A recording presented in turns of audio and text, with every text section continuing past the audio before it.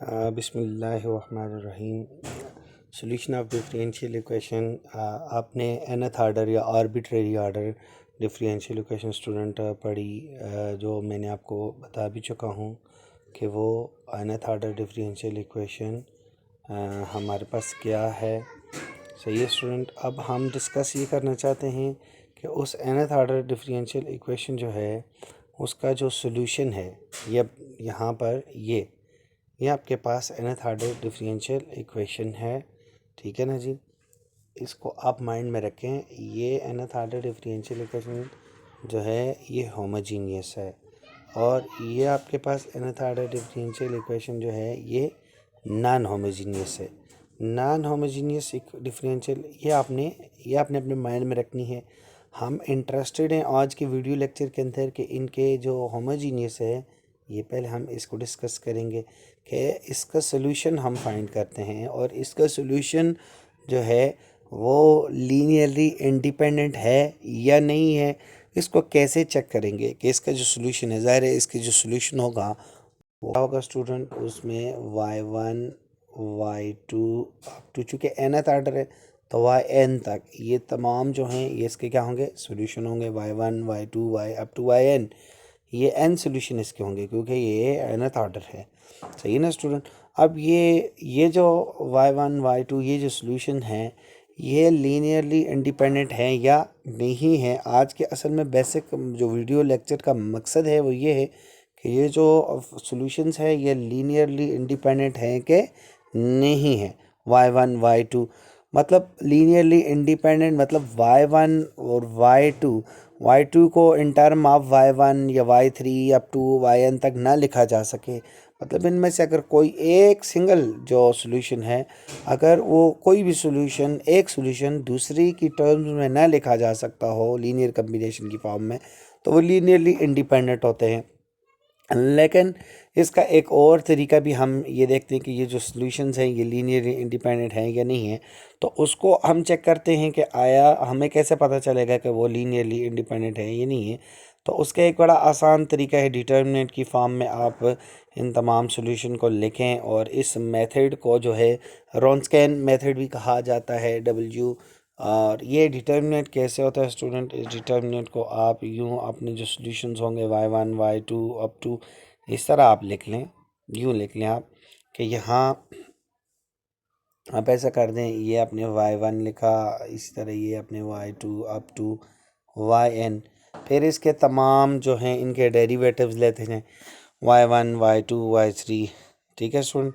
हाँ, up to n-1 तक आप इसके डेरिवेटिव लें, और इसका डिटर्मिनेंट अगर इक्वल टू ज़ीरो आ जाता है, ठीक है जी, जब इनका डिटर्मिनेंट ज़ीरो आ जाता है तो ये इंडिपेंडेंट होंगे, लीनियरली अगर ये determinant not equal to zero आ जाए, ठीक है ना। अगर इक्वल टू ज़ीरो आ जाए फिर तो ये क्या होगा, डिपेंडेंट होगा।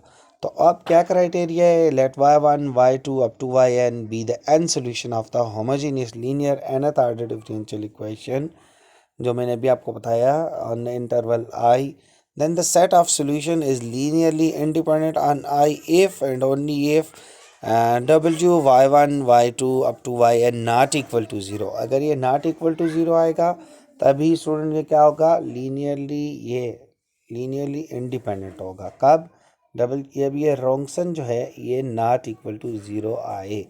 और अगर खुदा ना खास्ता ये रोंगसन जो आप फाइंड करते हैं रॉन्सकियन, ये इक्वल टू ज़ीरो आ जाए रॉन्सकियन, तो अब आप इस डिटर्मिनेंट की मदद से ये कह सकते हैं कि ये लीनियरली डिपेंडेंट है। सही है स्टूडेंट। अब आते हैं कि जब ये y1 y2 up to yn ये आपके पास ये n सॉल्यूशन जो हैं ये रॉन्सकियन, ये इधर आइडेंटिकली ज़ीरो और never zero on the interval.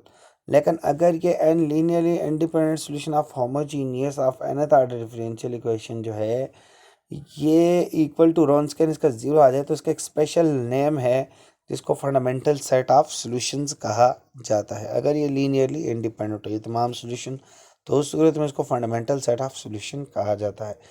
अब existence of fundamental set of solution जो है ये आपके पास क्या है जी, तो इसको देख लें, there exist a fundamental set of solution for the homogeneous linear nth order differential equation on an interval I. अच्छा, नेक्स्ट हमारे पास जी जनरल सोल्यूशन या होमोजीनियस इक्वेशन में ये क्या है। अगर y1 y2 up to yn ये क्या है जी, फंडामेंटल सेट ऑफ सोल्यूशन है homogeneous linear nth order differential equation जो हमने डिफाइन की हुई है 6 के अंदर on the interval I. The general solution of the equation on the interval is, इसका जनरल सोल्यूशन स्टूडेंट यूँ लिखा हो जाएगा y equal to c1 y1 of x plus c2 y2 of x plus up to so on plus cn yn of x where ci start from 1 to up to n are arbitrary constant। ये तमाम arbitrary constants हैं और इसका proof है, इसको आप खुद देख सकते हैं। फिर general solution of the homogeneous differential equations, the function y1 is equal to e की power 3x, y2 is equal to e की power minus 6 are both the solution of the homogeneous equation. ये homogeneous equation second order की लिखी हुई है, आप देख सकते हैं। ये आपके पास सेकंड ऑर्डर होमोजीनियस इक्वेशन है और ये उसके लिए सॉल्यूशंस हैं on minus infinity to infinity. By inspection the solution are linearly independent on the x axis. The fact can be corroborated by observing that the around scan से आप क्या कर सकते हैं, इन दोनों सॉल्यूशन y1 y2 को आपने लिया, ये आपके पास y1 है, ये पहला सॉल्यूशन लिखा हुआ है, ये y2 है। आप फिर क्या करेंगे स्टूडेंट, आप इनका फर्स्ट डेरिवेटिव निकालेंगे। तो इसका डेरिवेटिव e की पावर 3 e की पावर 3x आता है और दूसरे का -3 इंटू e की पावर -3x। आप इस डिटर्मिनेंट को अगर आप एक्सपेंड करते हैं तो you will get -6 that is not equal to 0। तो इसका मतलब ये हुआ कि ये लीनियरली इंडिपेंडेंट है।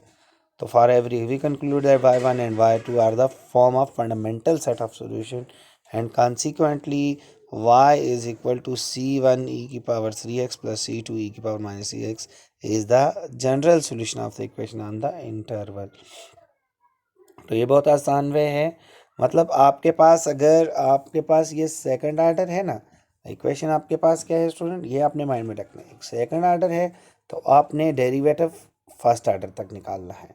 अगर ये फॉर एग्जांपल ये y मतलब थर्ड डेरिवेटिव तक ये आपकी डिफरेंशियल इक्वेशन ऑर्डर 3 तक होती, तो आप ये जो अपना डिटर्मिनेंट निकालते हैं ना y1 y2 y1 prime y2 prime, इसी तरह y सेकंड ऑर्डर तक आप डेरिवेटिव निकालते, ये डिटर्मिनेंट को फिर आप एक्सपेंड कर लेते।